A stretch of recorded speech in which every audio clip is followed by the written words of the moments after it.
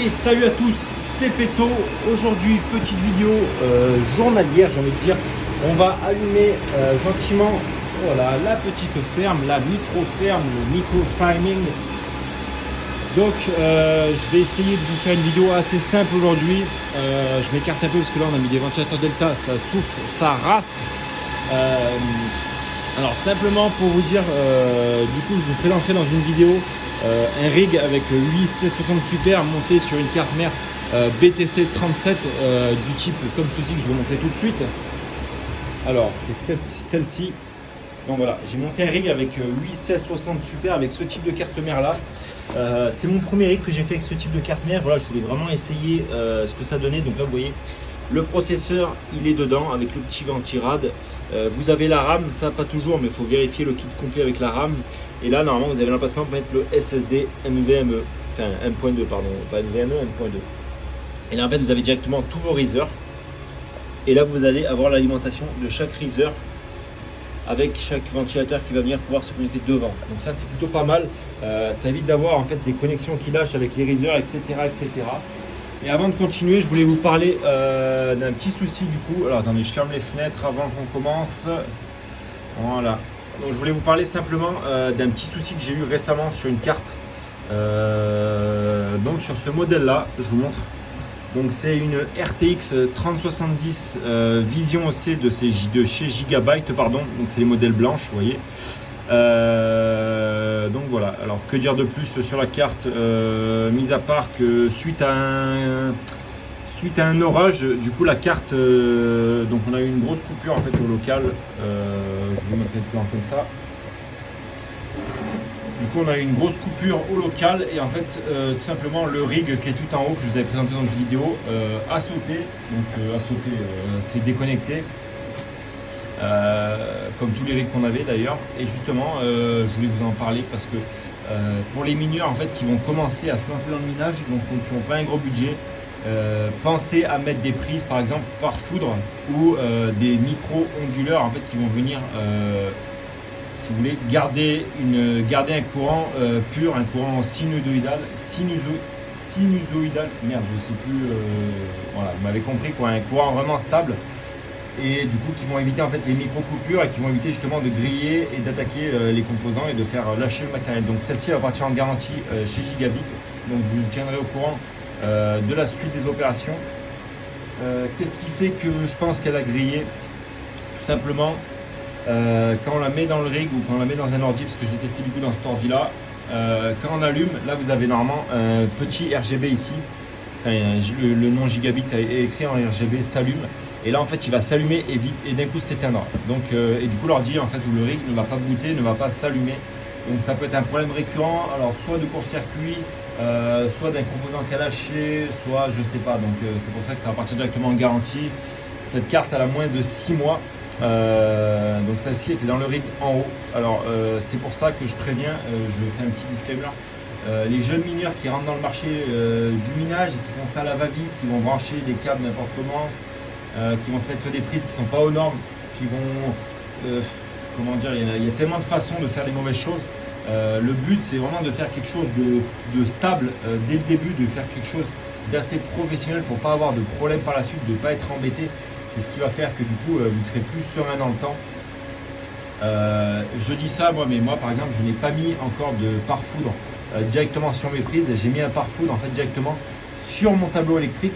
Donc voilà, ça fait pas totalement le job que ça devrait faire un vrai pare-foudre ou un vrai paratonnerre si vous préférez, directement branché sur la prise ou un micro-onduleur. Mais déjà ça protège et malheureusement le rig qui était en haut en fait il n'était pas couvert par ce pare-foudre. Donc la suite logique des choses ça va être d'installer un parafoudre justement pour protéger l'ensemble du local. Et ça je vous en parlerai également dans une prochaine vidéo. Donc faites bien attention, n'oubliez pas d'installer les protections nécessaires à votre installation électrique.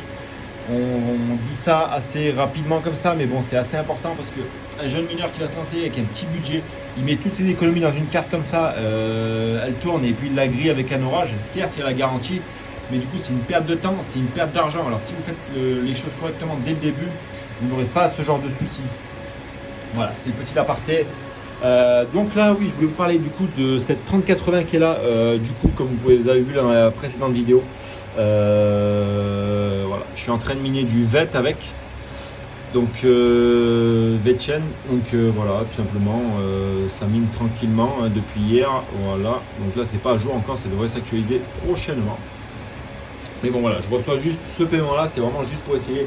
Et ensuite, j'arrête, celle-ci, elle va repasser directement dans les rigs derrière. Donc ensuite, on va parler après des rigs derrière. Hop là. Donc, comme on peut voir, ce petit rig là, il marche très très bien. Rien à dire, très stable. Je vous montrerai sur iOS après si on a le temps ou pas. Donc voilà, ça c'est un rig qui fait à peu près, si je dis pas de bêtises, 220 mH. Donc je vous laisse aller calculer parce qu'on m'a dit dans les commentaires de la précédente vidéo que justement je ne parlais pas assez des rentabilités que générait chaque rig. Donc je vous laisse aller calculer vous-même sur ETH Calculator, ça ira plus vite. Parce que du coup les rentabilités en fait vont changer chaque jour et suivant au moment donné où je présente la vidéo, si vous la regardez 3 mois après, forcément qu'il n'y aura plus la même rentabilité. Donc là on est sur un rig de 220 mH. Voilà, donc je vous laisse aller calculer. Je vous laisse calculer en termes de rentabilité brute, pas net avec l'électricité déduite et tout ça, ça va être un peu compliqué. Celui-là on est sur 320 mH, donc les 3 3070, les 3 6700. Et comme il y en a beaucoup qui me demandent, est-ce qu'on peut coupler AMD et Nvidia sur le même rig? Est-ce qu'il y a des problèmes? Est-ce qu'il y a des difficultés de stabilité? La réponse est non. Vous pouvez mettre AMD et Nvidia sur le même rig, ça ne gênera pas. Là j'en ai un ici avec AMD et Nvidia. Là j'en ai un autre avec du AMD et du Nvidia. Ça marche très très bien, c'est mes deux rigs les plus stables. Donc celui-là on est sur 12 470 8 Go. Donc on est sur 360 mH. Donc allez-y, je vous laisse calculer. Et celui-là on est sur 7 5700. Donc on est sur 354 mH, 350 mH pour faire grosso merdo. Et celui-là on est sur 596 600 mH. Donc il y a 10 30 70. Donc, je vous laisse calculer ça. Ensuite sur celui-là on est sur 190 mH.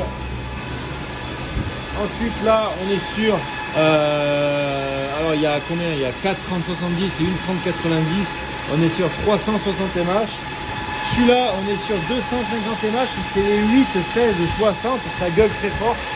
Et là on est sur 2 30 70 et 2 5700. Donc il y a 120 et il y a 220 mH sur celui-là aussi. Donc il y a celui-là d'en haut qui est à peu près autour des 500 mH, moins 60 puisque je vous l'ai dit, à 30-70 la batte a pris feu, qui a grillé. Donc voilà, oui j'ai oublié de vous dire aussi, du coup là on a des petites cartes à installer bientôt. Donc une 2060, une 1070, deux 3060 Ti, une 480 et une 470 8 Go. Celle-ci c'est la 13e qui doit aller là-bas. Voilà, donc je me tâtais. Alors je vais vous parler de cette petite carte mère vidéo qui va durer un peu longtemps. Mais voilà, je voulais me tâter. Du coup, qu'est-ce que vous en pensez vous de ces cartes mères là? Parce que moi je viens de faire un rig du coup avec ces cartes, une carte mère comme ça, une BTC37. Bon, c'est pas exactement la même, mais c'est le même principe, vous m'avez compris. Est-ce qu'on fait un rig avec une carte mère comme ça et une caisse de minage? Parce que ça c'est vraiment la question que je me pose. Il y a des abonnés qui m'ont répondu la dernière fois en me disant que les caisses de minage étaient efficaces et tout, mais il fallait mettre des gros ventilateurs. Alors comme cela, des Delta 14 000 tours, donc voilà. Est-ce que c'est peut-être intéressant? Est-ce qu'il y a un bon refroidissement? Je sais pas, je me tâte vraiment. Mais bon, elle est là, donc je sais pas quoi en faire pour le moment. Si quelqu'un désire cette carte mère, qui me contacte sur Snap, voilà, vous avez vu, elle est neuve, elle est à vendre. Je vous montre, il n'y a pas un gramme de poussière dessus. Donc si quelqu'un est intéressé, voilà. Et puis voilà, n'hésitez pas à venir sur Snap, qu'on discute un peu tous ensemble, ça fait vraiment plaisir.